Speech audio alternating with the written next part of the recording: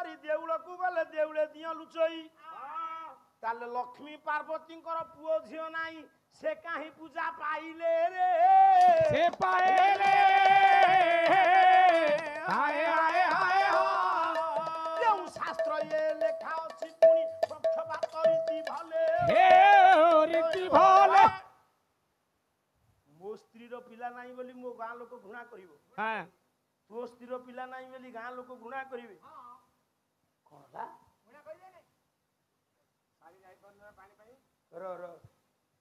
ଆଚ୍ଛା ଲକ୍ଷ୍ମୀଙ୍କର ପିଲା ଛୁଆ ଅଛି ପାର୍ବତୀଙ୍କର ପିଲା ଅଛି ସେ ଦିଟା ପିଲା କଣ ମା ଜନ୍ମ ଦେଇଛି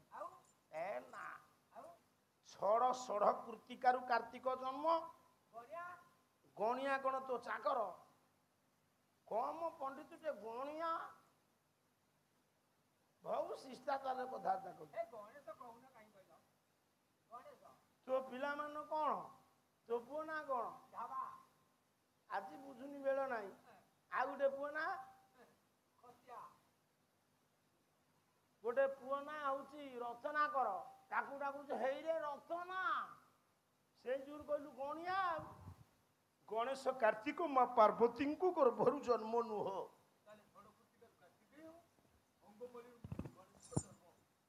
ତୋର ଗାୟକ ହବାର ଥିଲା କାରଣ ତୋର ଆକ୍ଟିଂ ଧୀରେ ଧୀରେ ହେଇ ଆଇଲାଣି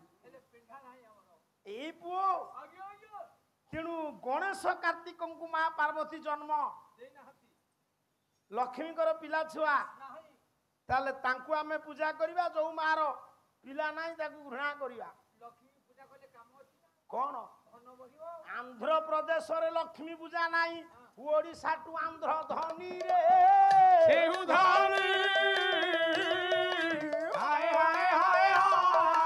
ଆମେରିକା ଦେଶେ ପଣ୍ଡିତ ମଣ୍ଡଳୀ ଲକ୍ଷ୍ମୀ ପୂଜା କେଉଁ ଜ୍ଞାନୀ ହୋ ଖାଲି ବିଷୟ ଶିଖିକିରି ବୋଲଲେ କଣ ହବ ପାଲା ସମାଜ ପାଇଁ କଣ ମେସେଜ ଅଛି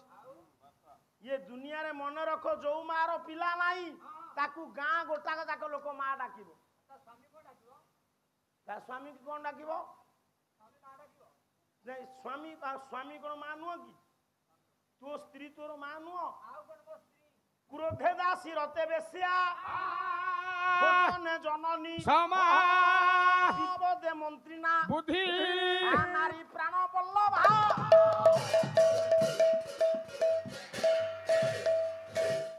ବାୟକ ଆସିବାର 10 ମିନିଟ ପରେ ତୁମେ ଆସିବ ଏ ଦାଉ ଦାଉ କଣ ମାରି ଯାଉଛ ବୋଧେ ଏ ଯୋଉଠୁ ଅଛି ସେଇଠୁ ନେବେ କିରେ ନାଇଁ ଡ୍ରେସ ଗୋଟା ଗୋଟି କରି ମେଳେଇଛନ୍ତି ନାଇଁ ମିଶୁ ନାହିଁ ଗୋଟେ ପ୍ରକାର ମିଶୁଛି ଆଉ କୁନ୍ଥେଇ କାନ୍ଥେଇକିରି ମିଶେଇ ହଉ ହଉ ଏ ବାପା ସେ ଯାହା ହେଲେ ଜଣେ ପ୍ରତିତ୍ମନମତୀ ଗାୟକ ଆମେ ତାଙ୍କୁ ବେଶୀ କିଛି କହିବା ନାହିଁ ନ କହିଲେ ବି ହବ ନାହିଁ ମୋର ଇଚ୍ଛା ନାହିଁ ଆଜ୍ଞା ଖାଲି ଆପଣ ମାନେ ମନ ଦୁଃଖ କରିବେ ବୋଲି ମୋର କହିବା କଥା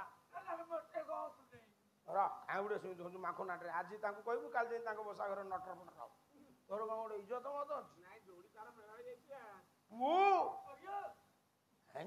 ଆଜ୍ଞା ଏମିତି କଣ କହୁଛି ଯେ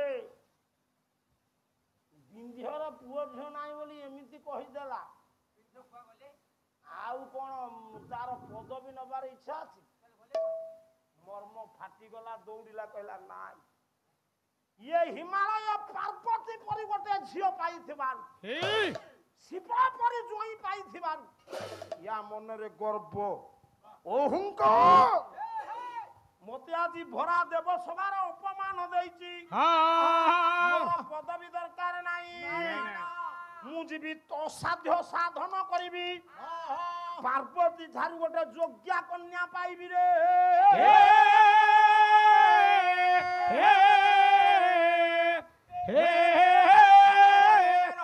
ମଉସା ଅସାଧ୍ୟ ସାଧନ ହୁଏ କେମିତି ବଳରେ ଆଜି ବଳ ଅଛି କାଲି ବଳ ପଳେଇବ ଧନ ଆଜି ତୁ ରୋଜଗାର କରିଛୁ ନ ଖାଇ ନ ପି ପିଲାମାନେ ଅମଣିଷ ହେଲେ ଧନ ରହିବ ତାହେଲେ କୋଉ କାମ କଲେ ଅସାଧ୍ୟ ସାଧନ ହୁଏ ଗୋଟିଏ ପଦ ଲେଖିଲେ ଗାୟକ ଶେଖର ଜଗନ୍ନାଥ ବେହେରା 19 ବର୍ଷ ଏ ପୁଅ ଲେଖିଲେ କୋଉ କାମ କଲେ ଅସାଧ୍ୟ ସାଧନ ହୁଏ ବାବୁରେ ତପବଳେ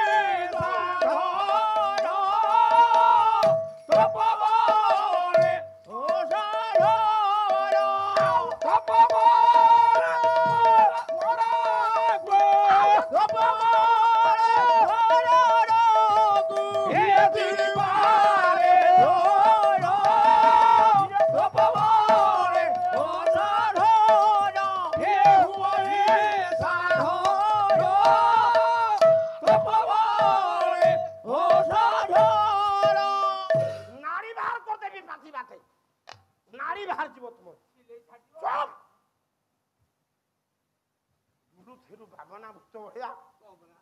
ଟଙ୍କା ନେଇକିରି ନିମତାଲେ ପକେଇ ସାରିଲୁ କେତେ ନେଇଛୁ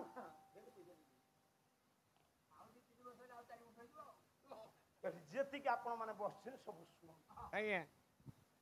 ସ୍ୱାଇଁ ଭାଇ କଣ କହିବ ସ୍ୱାଇଁ ଭାଇ ସବୁ ମୋ ସାଗରେ ଅସାଧ୍ୟ ସାଧନ କରେ ତପସ୍ୟା ମୋ ସା ଏଡ଼ିକି ବକଟେ ପିଲା ଧ୍ରୁବ ତପସ୍ୟା କରିକି ଅସାଧ୍ୟ ସାଧନ କରିନି ଇରେ ତ ବାପା କୋଳରୁ ତା ବିମାତା ଠେଲି ଦେଲା ଯାହା କୋଳରେ ବସିଛି ଚିରନ୍ତନ ପାଇଁ ବସିଛି ଯାହା କୋଳରେ ସେଦିନ ବିନ୍ଧେୟ କହିଲା ଅସାଧ୍ୟ ସାଧନ ହବ ତପସ୍ୟା ବଳରେ ମୁଁ ତପସ୍ୟା କରିବି କଣ୍ଟକୀର୍ଣ୍ଣ ସାନ୍ଦ୍ର ଜଙ୍ଗଲରେ ତପସ୍ୟା ଆରମ୍ଭ କଲା ଆଜ୍ଞା ସମୟ ନାହିଁ ବାପା ଅପର ପକ୍ଷର ସାଙ୍ଗ ସଙ୍ଗୀତ ମାନେ ଆସିଲେଣି ଏମାନେ ସମସ୍ତେ ଦକ୍ଷ ଖାଲି ତପସ୍ୟା ସାରିଦିଅ ଆମର ଭାଇ ମୋର ଭୀମ ଭାଇ ଭଲ ଗାୟକ ହଁ ହେଲେ କଣ ହବ ସେ ଗାଇବାରେ ତ ଲାଳିତ୍ୟ ନାହିଁ ଆଉ ବଜେଇବ କେମିତି କାହିଁକି କୋଉଠୁ ତ ଧରିବ ଫର ପାଇବ ନାହିଁ ହସୁଛି ତୁ ସାର କେତେ ସିଞ୍ଜର ଗଲେଣି ସଚି ବହିଛି କେତେ ପାଳିଆ ବାହକ ଗଲେଣି ବସିଛି କିଛି ଅସୁବିଧା ନାହିଁ ତଥାପି ମୁଁ କହୁଛି ବାପା ମୋ କଥା ମାନେ ଛାତି ବିନ୍ଧିବା ଆରମ୍ଭ କଲାଣି ଧରିବୁ ନାହିଁ ଯେମିତି ତାନରେ ବେଘର କରି ପକେଇବି ଠକେଇ ଛାଡ଼ିଦେବି ବାହାର କରିଦେବି ମୁଁ ରଖିବି ଯେତିକି ଆପଣ ମାନେ ବସିଛନ୍ତି ସବୁ ଶୁଣନ୍ତୁ କାହିଁକି ଏତେ ଜୋରରେ ଧରିବ ଗାୟକ ସାଙ୍ଗରେ ପ୍ରାଣ ଛଡେଇବ ମଝିରେ ମଝିରେ ଛାଡ଼ି ଦଉଥିବ ଇଆଡୁ ସାଡୁ ଚାହୁଁଥିବ ଗାୟକ ଯେମିତି ଚାହିଁବ ସେମିତି ଆଖି ମିଟି ମିଟି କରି କାଉଁକିନି ମାରିବ ସୂତ୍ର ଜଣା ଆମର ସୂତ୍ର ଜଣା ସୂତ୍ର ଇଏ ଯୋଗୀ ପିଲାକୁ ଭଲ ଜଣା ଏଠି ଯେତିକି ଆପଣ ମାନେ ବସିଛନ୍ତି ଇଏ ତପସ୍ୟା ଆରମ୍ଭ କଲା କାହା କହିଲା କାହାକୁ ଡାକିବି ଆଉ କାହାକୁ ଡାକିବିନି ସେଇ ହିମାଳୟ ଝିଅକୁ ଡାକିବି ସେଇ ହିମାଳୟ ଝିଅକୁ ଆଜ୍ଞା ପାର୍ବତୀଙ୍କୁ ଡାକିବି ଗୋଟିଏ ପଦ ଶ୍ଲୋକ ଗାଇବା ବାଙ୍କା ଲେଖା ଗାଇବା ମାଙ୍କୁ ଡାକିଲା ପରେ କେମିତି ମା ଆସିବେ କଣ ହବ କଣ ନାହିଁ ସିଏ ଜାଣିଛନ୍ତି କାରଣ ନ ଜାଣିଥିଲେ ତାଙ୍କ ପାଳିଆ ହସନ୍ତେନି ଯୋଉ ଗାୟକ ନ ଜାଣିଥିବ ବସା ଘରେ କହିବ ସେ କଣ କଲେ କେମିତି କଣ କରିବି ଦୁଃଖ ହବ ଇଏ ହସୁଛନ୍ତି ମାନେ ମୁଁ ଭାବୁଛି ବୋଧେ ଜାଣିଛନ୍ତି ଆଉ ନା ହିରେ ଗୋଟେ ଜାଗାରେ କଲେ ନା କଣ ହଁ ଗୋଟେ ଜାଗାରେ ଛାଡ଼ିଲି ସାର୍ ଏମିତି ଦ୍ୱିତୀୟ ଥାକାରେ ଆସି କଲେ ସ୍ତବ୍ଧ ସଭା ମାଡ଼ି ବସିଲା ଚାଲାକି ଗାୟକ ଇଆଡକୁ ପଦ ବୋଲିବାକୁ ପଡିବ ବୋଲି କାରଣ ଆଡକୁ ସବୁ ଅଭିମନ୍ୟୁ ସାହିତ୍ୟ ଆସିଯିବ ଆଲୋଚନା ସରିଯାଇଛି ବିଷୟକୁ ସେ ବେଳ କହିଲେ କରି ନ ପାରନ୍ତି ଆପଣ କହିବେ ଯୋଉଠୁ ସେ ଗାୟକ ଛାଡ଼ିଛି ସେଇଠୁ କଣ ମାଙ୍କୁ ଡାକୁଛନ୍ତି କଣ୍ଟକୀର୍ଣ୍ଣ ସାନ୍ଦ୍ର ଜଙ୍ଗଲରେ ତପସ୍ୟା କେମିତି ହୁଏ କବି ସମ୍ରାଟ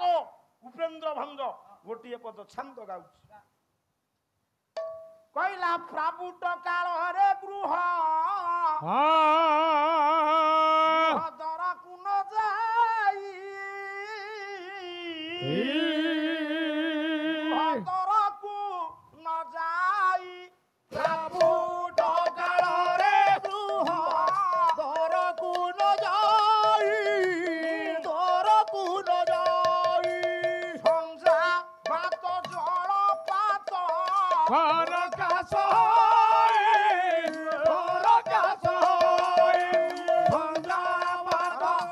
ଜଣିଏ ଧଇଲେ ସବୁ ହେଇଯିବ ତୁ ଧନା ଶୁଅ ସେ ଏକା ଧଇଲେ ହବ ସେ ଏମିତି ବୟସ ତ ଏକା ଧଇଲେ କାମ ସଇଲା ଆଜ୍ଞା କିଛି ନ ହଉ ଏକା ଧଇଲେ ହବ ମତେ ଚିଞ୍ଚୁ କିଏ ମିଳିଲା ତ ନା ଯୋଡ଼ିକିରେ ତୁ ତାର ନାତି ହେଇଛି ସେ କହୁଛି ଆମେ କାହିଁ 5 ଜଣ ଆଇଛୁ ତୁ ବହୁ ଦେଢ଼ ଚାଲାକିଆ ହଉଛୁ ସେ କମାରୁ ପାଉନି ତୋ ଜୀବନ କାଳରେ କୋଉଦିନ ବସରେ ସିଟରେ ବସଛୁ 4-5 ଜାଗା ସିଟ ରଖିଦବ ଲାଷ୍ଟ